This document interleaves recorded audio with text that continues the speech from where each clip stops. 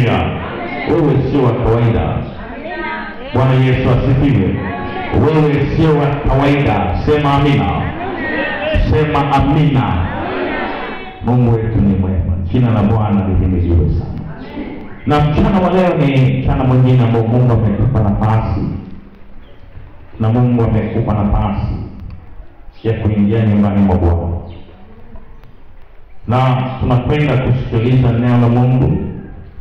Neno moja kwa moja kwenye kitabu kile cha Zaburi, ile sura ya 68, mlango ule wa kwanza, na huu utakuwa ni msingi wetu mchana huu leo. Zaburi 68, mlango ule wa kwanza, Psalm 68 verse 1. Hii itakuwa ni msingi wa neno letu asubuhi leo. Nitainuka na kuendelea mbele. Mwambie jirani yako, nitainuka na kuendelea mbele. Nitainuka na kuendelea mbele. Mwambie tena, nitainuka na kuendelea mbele. Mwambie tena, nitainuka. Neno la Mungu linasema Mungu huondoka, adui zake watawanyika, nao wamchukiao hukimbia uso wake. Bwana Yesu asifiwe. Nitasoma kwenye Biblia yangu NIV. Bwana asifiwe. Haleluya. Anasema Mungu na ainuke na watesi wake watawanyike. Haleluya. Jina la Bwana libarikiwe sana. Anasema Mungu na ainuke na watesi wake watawanyike, adui zake na wakimbie mbele zake. Haya yalikuwa ni maneno ya Musa. Na mara nyingi Musa alikuwa anayatumia haya maneno pale ambapo alikuwa anahama kutoka sehemu moja kwenda sehemu nyingine. Na hapa alikuwa analibeba mara zote anapotoka, walikuwa na sanduku la agano. Kwa hiyo walikuwa wanalibeba sanduku la agano, wanaondoka nalo. Utaenda kuiona kwenye Hesabu ile sura ya 10 mlango wa 35. Fungua kitabu cha Hesabu ile sura ya 10:35. Yalikuwa ni maneno ya Musa haya. Na alikuwa anayatumia mara nyingi anapotoka sehemu moja kwenda sehemu nyingine. Nikana kwamba alikuwa anataka Mungu atangulie mbele. Mungu aende kule mbele yeye anapokwenda. Na wakati mwingine wanapokaa, wanapokuwa wanachoka, wanapumzika, anamwambia Mungu njoo. Mungu kaa katikati ya wana wa Israeli, maelfu na maelfu. Asubuhi leo Mungu akae katikati yako katika jina la Yesu. Hesabu ile sura ya 10 mlango ule wa 35. Itakwenda taratibu ili mpate kunielewa. Nitainuka na kuendelea mbele. Sema amina. Sema amina. Hesabu 10:35.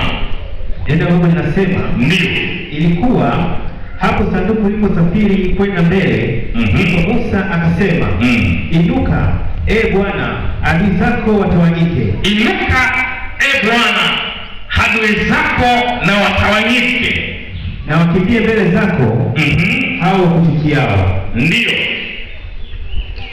Biblia yangu inasema hivi, hii ya kwamba Hesabu 10:35. Biblia yangu inasema hivi, wakati wowote sanduku lilipoondoka, Musa alisema, Bwana inuka. Bwana inuka, watesi wako watawanyike, adui zako na wakimbie mbele zako. Wakati wowote sanduku liliposimama, alisema, Bwana rudi kwa maelfu ya Waisraeli wasiohesabika. Bwana Yesu asifiwe sana. Haleluya. Sisi wanadamu tunataka Mungu ainuke.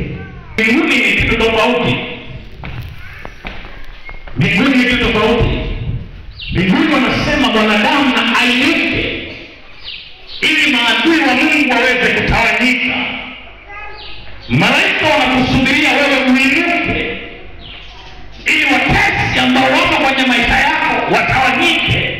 Pale ambapo wewe umeamua kuamka na kuondoka ama na kujisimamia, na ndipo ambapo wataanza kutetema na kuyaogopa maisha yako na kuziacha njia zako zikae sawa. Falme za giza watu, uchawi, laana, mikosi, balaa havitaondoka mpaka pale ambapo wewe utakapoamua kuinuka na kupambana na hili hali, na ndipo ambapo wataanza kuachilia njia zako. Twende kwenye kitabu cha Zaburi ile sura 78 mlango wa 41. Zaburi 78:41. Nitasoma kwenye Biblia yangu. Zaburi 78:41. Anasema wakarudi nyuma, wakamjaribu Mungu, wakampa mipaka mtakatifu wa Israeli. Wakarudi nyuma, wakamjaribu Mungu na wakampa mipaka mtakatifu wa Israeli. Manake kuna majira ambayo katika maisha ya mwanadamu hakumpa Mungu nafasi, akamwekea uzio, akampa mipaka, yani Mungu aishie mahala fulani, mahusiano yako na Mungu yakae kwa kiwango fulani. Wakainuka, wakarudi nyuma, wakampa mipaka mtakatifu wa Israeli. Na pale ambapo unapompa mipaka ama unapoweka mipaka katika maisha yako juu ya mambo yako na Mungu, kuna mambo mengi sana utakwama. Kuna vitu vingi sana katika vita ama kupambana ili kuweza